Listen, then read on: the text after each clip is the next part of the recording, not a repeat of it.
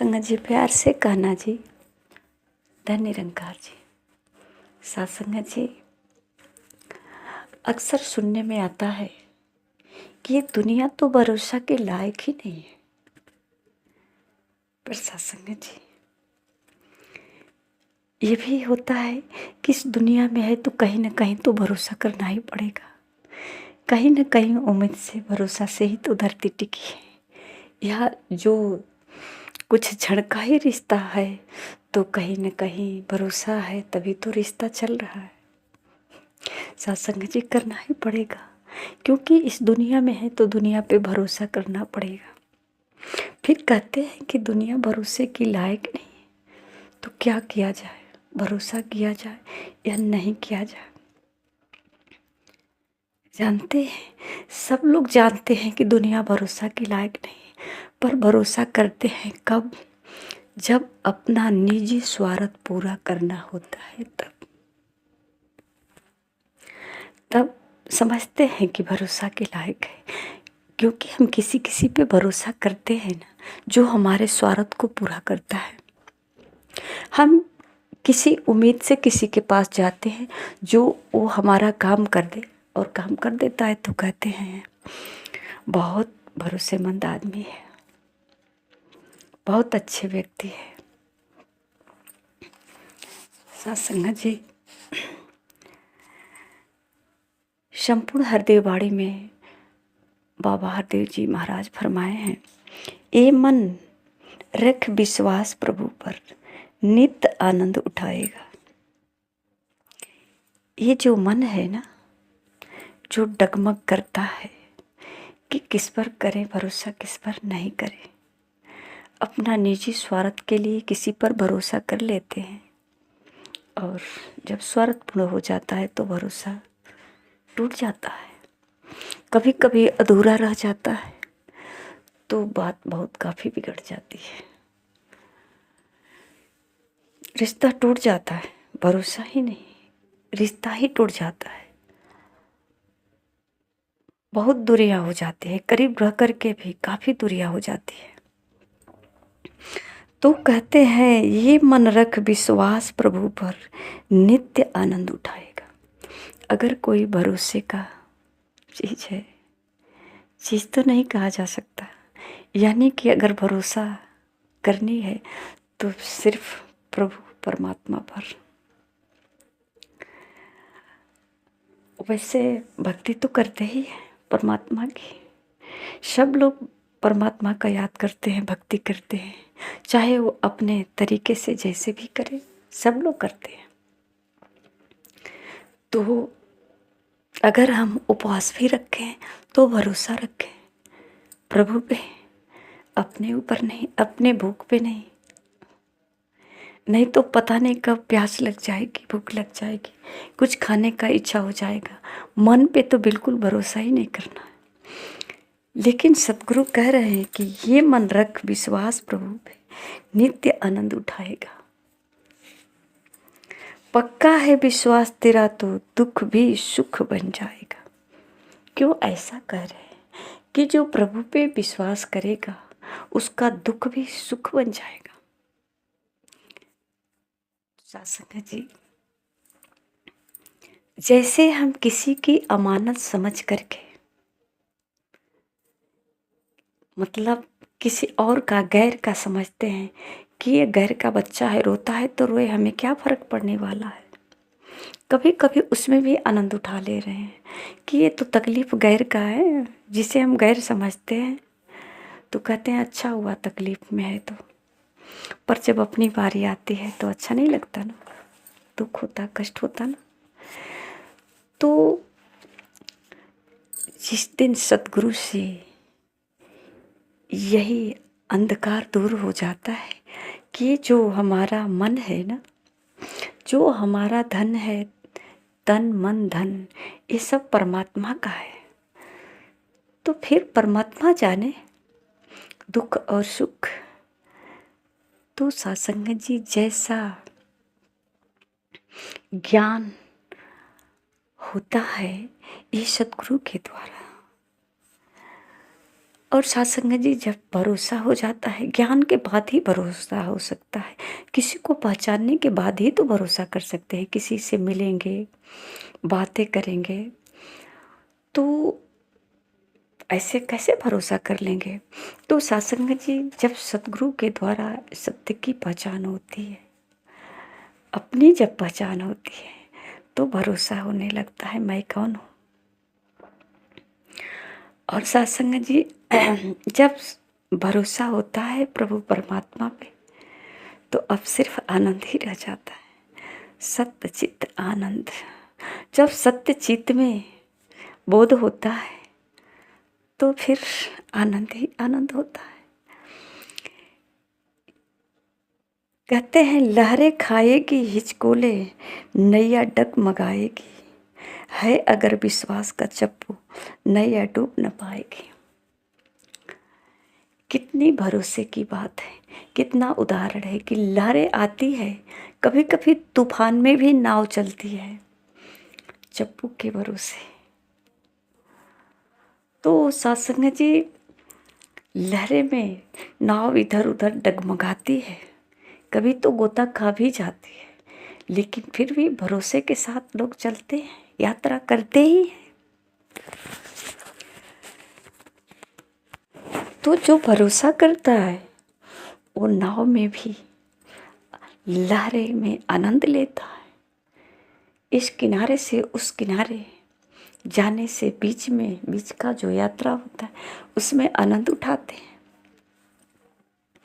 और जिसके मन में भय होता है, उसे तो पता नहीं, आंख बंद कर लेता है, दिखता भी नहीं नदी में कितनी लहरें हैं, कैसी लहरें हैं, आंख बंद करके बस भगवान का नाम लेता है, किसी तरह पार हो जाए। सत्संग जी, संसार में रहते हैं, डूबने की भाव बनी रहती है। विश्वासी जन का ही होता भव से पार उतारा है, विश्वासी जन को ही मिलता जग से सदा किनारा है। जन्म से मृत्यु की बीच की जो यात्रा है, ये डगमगाती रहती है, भय बना रहता है बीच में डूबने की। अब जिसको पता चल गया, उसे क्या भय है, चाहे डुबाए या बचाए, जिसकी नाव है वो जाने। शासन जी, ये जो शरीर है ना नाव रूपी, इसमें जो बैठा है खेवनहार, ये जाने। पर इसका बोध हो तब तो, जैसे ही बोध होता है तो इस संसार में भी आनंद उठाते हैं। ये संसार जितनी भी जो भी दिख रहा है आंखों से, ये हम ये भी कहा जाए कि हमारे युग है या नहीं है, पर अगर अपना मान लेते हैं तो दुख का कारण होता है। जैसे बस स्टैंड पे कुर्सी लगी होती है, वहाँ एक एक करके बारी बारी सब लोग कुर्सी पे बैठते हैं, पर किसी को ये गम नहीं होता कि टूट जाएगा, थोड़ा आराम से बैठो ना। नहीं, ऐसा कोई नहीं कहता, बैठने दो, किसी तरह से बैठो, कोई बात नहीं, टूटी तो टूटने दो, ये टूटेगा तो क्या फर्क पड़ता है।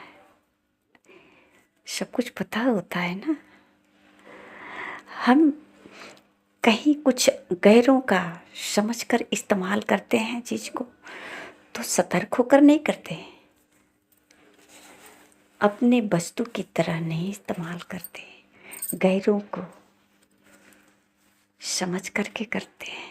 वहाँ सिर्फ आनंद ही आनंद मिलता है। ये सारे सब कुछ गैर का ही तो है, प्रभु परमात्मा का है, मेरा कुछ नहीं है। ऐसा जब मन में बैठ जाए, ऐसा जब विश्वास हो जाए कि ये प्रभु परमात्मा का है, तन मन धन परमात्मा का है, मेरा तो कुछ है ही नहीं, मैं तो कुछ हूँ नहीं, ये तन मन धन सब परमात्मा का है। तो सत्संग जी, इस संसार में आनंद उठा सकते हैं, इस दुनिया में आनंद उठा सकते हैं। अगर नहीं है, एक बगीचे में बहुत सुंदर फूल फूला है फुलवारी। फूल तोड़ने में भी अच्छा लगता है, देखने में भी अच्छा लगता है। दिल तो करता कि बहुत सारे फूल तोड़ ले, पर जो ये फुलवारी को लगाया है, जो इसका सिंचाई किया है, जो रखवाली कर रहा है, उससे पूछिए कितनी उसे तकलीफ होगी। एक फूल अगर तोड़ते हुए या छूते हुए भी देख ले, तो उसके करीब जाते हुए भी देखे, तो उसके मन में भय होता है कहीं ये फूल को नुकसान न पहुंचाए, तोड़े ना। भय बना रहता है वहाँ जहाँ हम अपना मान लेते हैं।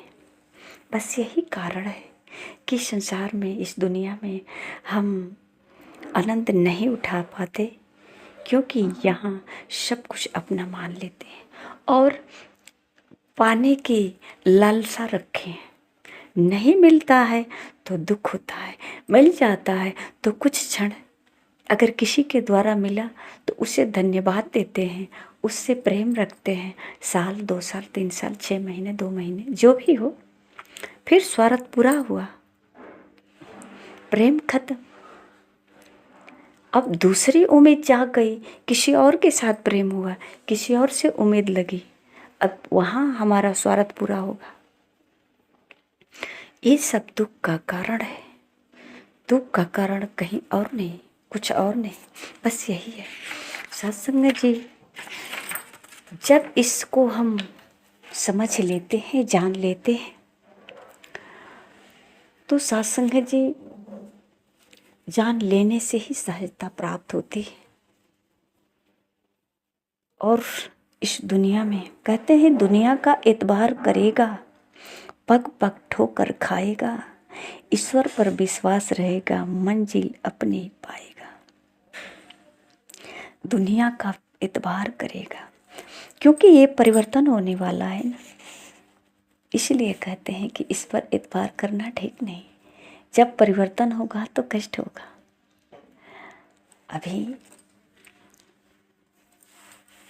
अपने शरीर के ही बारे में देखें, शरीर का जब परिवर्तन होता है तो कष्ट होता है, कष्ट महसूस होता है, पर समझ जाते हैं कि ये तो परिवर्तन होने ही वाला है। ईश्वर पे भरोसा है, भक्तों के विश्वास की दाता रखता आया लाज है। दीन दयालु ने भक्तों का सदा संवारा काज है। कभी तेरा विश्वास न टूटे, दुख आए या सुख आए, कहे हृदय वो डोल न जाना, चाहे कुछ भी हो जाए।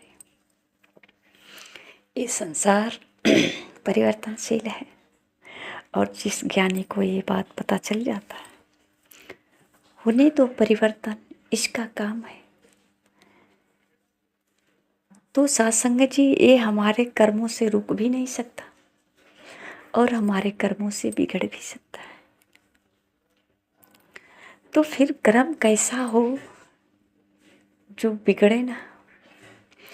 हम प्रभु परमात्मा पे सब कुछ रखते हैं।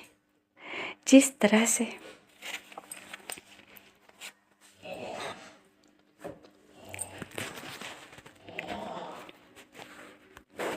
एक टीचर किसी बच्चे को पढ़ाता है तो उतना डांट नहीं चढ़ाता जितना अपने बच्चे पे। पढ़ता नहीं है, इसका ध्यान ही नहीं है, हर समय इधर उधर ध्यान भटकाता रहता है। और दूसरे बच्चे को वो कर भी क्या सकता, क्योंकि वो बच्चा मानेगा भी नहीं। आजकल के बच्चे तो टीचर की भी महत्ता नहीं देते। सत्संग जी, बहुत फर्क पड़ता है अपना और पराया मानने में। जब हम अपना मानकर चलते हैं तो कष्ट होता है, जब गैरों का मानकर चलते हैं तो कष्ट नहीं होता। देखिए, किसी अस्पताल में जाकर देखिए, थोड़ा बहुत लगेगा, मन में उदासी आएगा। बहुत सारे लोग हैं यहाँ, सब लोग बीमार हैं, पूरे अस्पताल में लोग बीमार हैं, हर बेड पे एक मरीज है। कितना कष्ट होता है अंदर। सारे मरीज को देखकर जितना कष्ट नहीं होता है, जब अपने पर बारी आती है जितना कष्ट होता है। अगर ऐसा कष्ट होता तो डॉक्टर बीमार पड़ जाता, किसी का इलाज ही नहीं करता। वो इलाज तब करता है जब पराये पर पड़ता है। वो इलाज या समझाना, डांटना, उसका चीड़-फाड़ करना सब गैरों का करता है। अपनी बारी आए तो नहीं कर पाएगा, उसका हाथ कांप जाएगा, वो दवा भी नहीं खा पाएगा, है कि नहीं। बस यही बात है, दुख का कारण यही है कि जब हम अपना मान लेते हैं। आइए सत्संग में जी, इस संसार में जीना है, संसार में आनंद को प्राप्त करना है, तो संसार छोड़कर जाएंगे कहाँ। संसार में रह कर के भी जब आनंद की अनुभूति करनी है तो पहले स्वयं को जानना होगा। मन को रोकने की बात तो बहुत सारे कहानी किस्सा में मिलता है। एक भजन आता है, कर मन पे अधिकार ले तेरा हो गया भजन। ये मन ही है डंगाडोल किया, मन ही है जो दुनिया की चाहत रखती है, और मन ही है जो दुनिया को ठुकराना चाहती है। इस मन का क्या करें, इस मन का लगाम कैसे लगाएं। माला जपने से तो नहीं लगेगा। हो सकता है कुछ किताबें पढ़ें, मन किताब की तरफ चला जाए। तो सत्संग है जी, पहले स्वयं की बोध करें, स्वयं को जाने, मैं कौन हूँ, मन क्या है, ये दुनिया क्या है।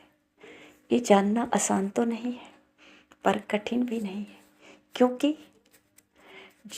अगर 6 माह से किसी घर में दीपक जला नहीं है, घर पे लोग रहते ही नहीं, कहीं बाहर रहते हैं, और जब आते हैं तुरंत दीपक जल जाता है, सारे घर में प्रकाश हो जाता है।